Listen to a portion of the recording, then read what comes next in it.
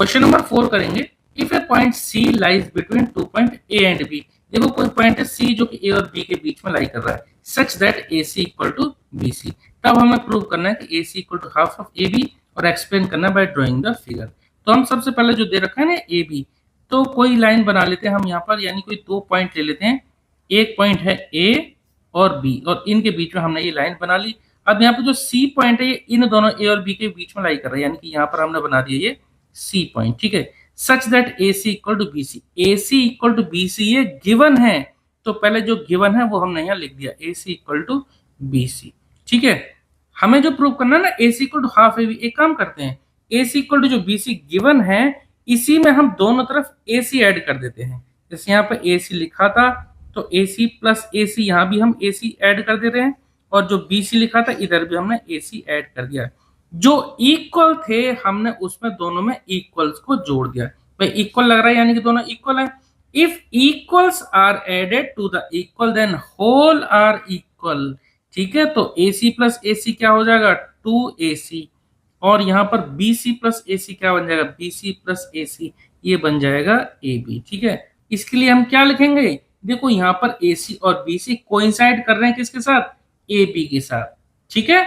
तो हम यहाँ पर लिख देंगे। अब two A C equal to A B, तो ए सी इक्वल टू क्या होगा, इसके साथ टू मल्टीप्लाई में दूसरी तरफ जाएगा डिवाइड में, यानी ए बी अपॉन टू। यही तो हमें प्रूव करना था।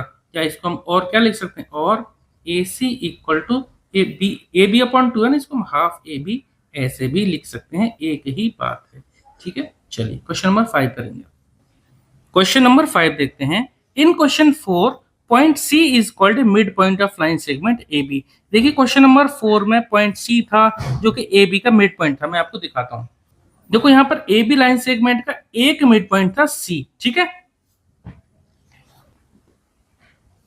यहां हमें प्रूव करना है, prove that every line segment has one and only one mid point. हमें यहां प्रूव करना है कि हर एक लाइन सेगमेंट का सिर्फ एक ही मिड पॉइंट होता है। चलो हम यहाँ पर एक लाइन सेगमेंट ले लेते हैं ए बी, एक लाइन सेगमेंट हमने लिया यहाँ पर ए बी। अब एक काम करते हैं, जब हमें प्रूव करना है ना कि एक ही मिड पॉइंट है, हम यहाँ पर दो मिड पॉइंट मान लेते हैं, ठीक है। Let there be two mid point C and D. चलो एक मिड पॉइंट हमने ले लिया यहाँ पर सी और दूसरा मिड पॉइंट ले लिया हमने यहाँ पे डी, ठीक है। ये हमने माना है तो हम यहाँ पर लिखेंगे let there be two mid point, ठीक है। लिख लेते हैं let there be two mid point C and D, C and D, ठीक है। अब जैसे हमने पहले वाले क्वेश्चन यानी क्वेश्चन नंबर 4 में किया था वैसे ही हम यहाँ पर सेम करने वाले हैं, ठीक है। अब अगर सी मिड पॉइंट है तो ए सी इक्वल टू सी भी हो जाएगा, मतलब कि यहाँ पर इसको मानेंगे given A C equal to C B, A C equal to C B हो गया।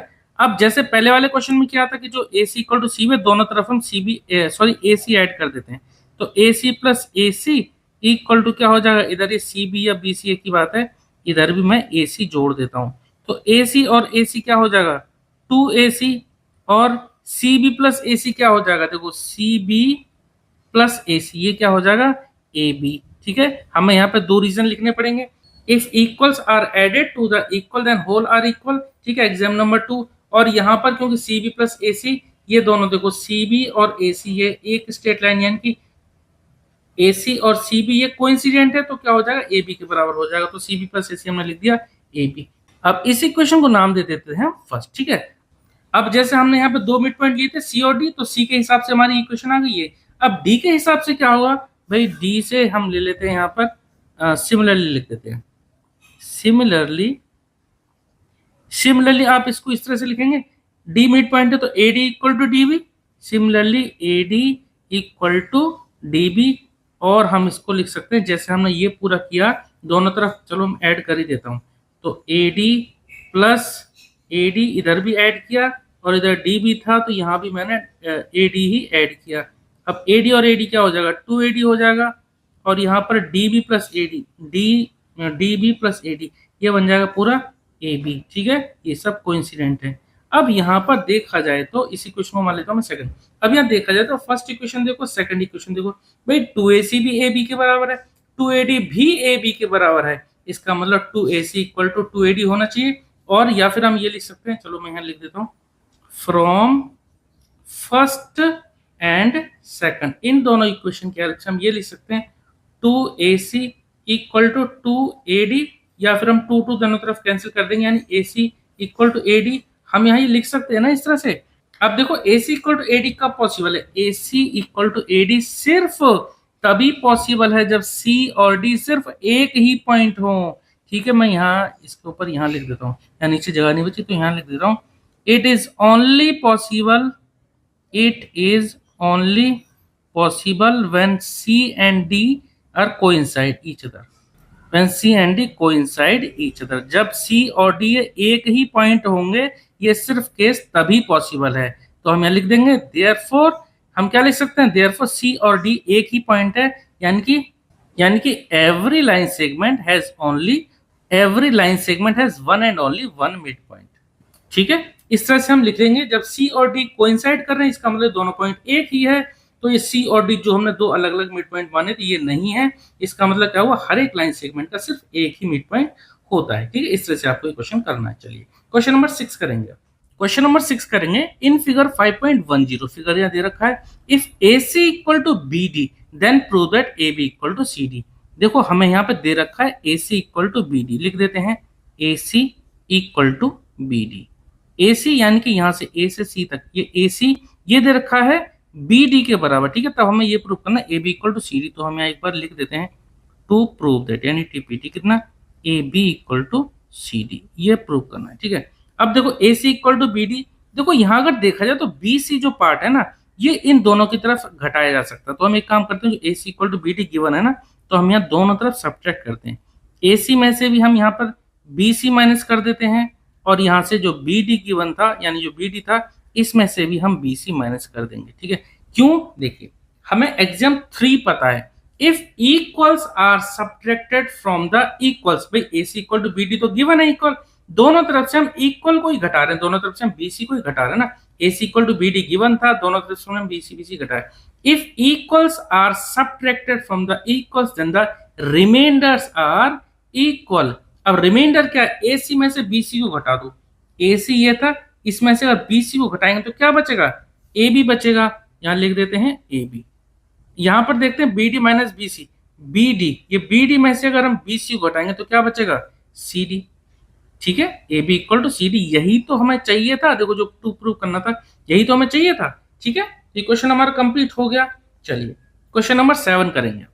लास्ट क्वेश्चन, क्वेश्चन नंबर 7 देखते हैं। Why is axiom 5 in the list of Euclid's axiom considered a universal truth?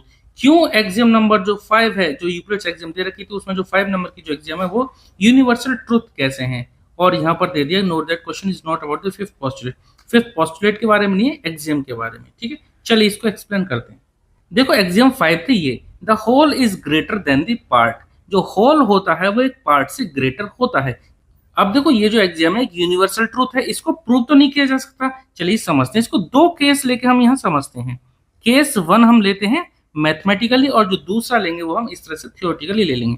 चलो केस 1 में मैं एक यहाँ पे लाइन बना देता हूँ, ठीक है, जिसका नाम मैं देता हूँ AB। अगर AB एक ये पूरी स्ट्रेट लाइन है, अगर कोई पॉइंट C इस पे लाई करता है, तो ये जो पार्ट होगा ना AC, क्योंकि ये कि स्ट्रेट लाइन पर ही है, तो जो AC पार्ट होगा इस पूरी बड़ी लाइन का ही एक हिस्सा है, तो AC जो है AB से छोटा होगा। या फिर मैं यूं कहूं, ये जो पूरा का पूरा होल पार्ट, यानी कि जो AB है, ये AB जो ग्रेटर होगा किसी भी पार्ट से, चाहे AC से ले लो, चाहे ये AC से ले लो, चाहे AB को ही हम ग्रेटर ले लेते हैं BC या CB से। ठीक है, तो ये तो हमने यहाँ पे दिखाया कि मैथमेटिकली इसका क्या मतलब है, कि जो होल होता है वो एक पार्ट से ग्रेटर होता है। अब सेकंड केस हम ले लेते हैं, थ्योरेटिकली ले लेते हैं। सपोज जैसे हम यहाँ पे एक एग्जांपल ले रहे हैं एप्पल का। मैं एप्पल को पूरा एप्पल नहीं बना रहा, मैं यहाँ पर एक सर्कल के टाइप में बना दे रहा हूँ। मान लो, चलो ये सर्कल ही मान लेते हैं। सर्कल में 4 पार्ट हैं, कोई एक पार्ट अगर मुझे इसमें से कंसीडर करना हो, सपोज मैंने यहाँ पे इसको शेड किया, तो जो एक पार्ट है इस पूरे होल पार्ट से छोटा होगा, या फिर मैं ये कहूँ ये पूरा सर्कल जो है एक पार्ट से बड़ा होगा। उसी तरह से आप यहाँ पे एक एग्जांपल और ले सकते हैं। सपोज वर्ल्ड का आपने मैप ले लिया, वर्ल्ड के मैप में जो जो अलग अलग कॉन्टिनेंट है, Asia, Africa, Europe, north America, south America, Australia, सबको ले लो, अंटार्कटिका भी, तो सभी अगर अलग अलग कॉन्टिनेंट हैं, अगर मैं किसी एक पर्टिकुलर कॉन्टिनेंट की बात करूं, जैसे सपोज ऑस्ट्रेलिया की बात करूं, तो ऑस्ट्रेलिया कॉन्टिनेंट है, वर्ल्ड मैप में आता है, तो पूरा जो वर्ल्ड जो है वो ऑस्ट्रेलिया से तो बड़ा है ना। पूरा whole world is greater than a single continent. ठीक है, यहाँ पर ये मतलब है इस एक्सियम का। तो ये क्वेश्चन हमारा कंप्लीट हो गया और ये चैप्टर भी हमारा कंप्लीट हो गया। आई होप कि आपको ये सब समझ में आया होगा। अगर आपको कोई डाउट है तो प्लीज कमेंट सेक्शन में जरूर पूछना है। चलिए मिलते हैं नेक्स्ट वीडियो में। Okay, thank you.